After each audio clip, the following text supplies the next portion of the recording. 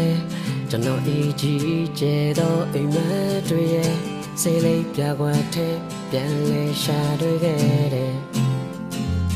မမကြီးရဲ့တဲ့ဝေဒနာနဲ့ပေလွယ်ဆုံးဝဲသောအပြုံးတွေရဲ့ပြန်ရဖို့လိုက်ရှာမျက်နှာဖုံးလိုက်နေကြတယ်အရာလုံးနဲ့ဝေသထဝေလာတဲ့ချစ်ချင်းတရားတို့ရဲ့ဗမ်းများမှနေလေကဘာကြီးတွန်းနေနေတော့အာနာရဲ့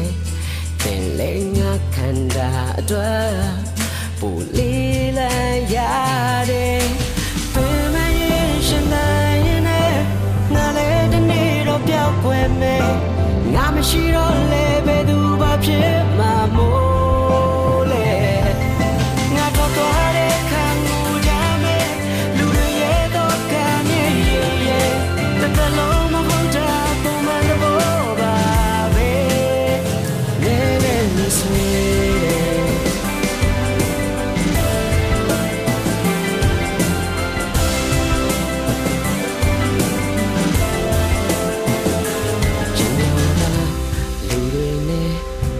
ပြည်တဲ့တော်မန်ကိုသေးပါတယ်အိမ်ကခွေးလေးနဲ့အနေနေတာကြားလို့ဖြစ်မယ်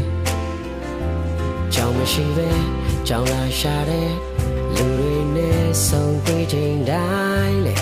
သူတို့မတွေ့တဲ့အခါကျွန်တော်ပါကြောင်ပြောက်ဖြစ်တယ်အရာအလုံးနဲ့ဝေသထဝေလာတဲ့ချစ်ချင်းတရားတို့ရဲ့များမလေးလေကဘာကြီး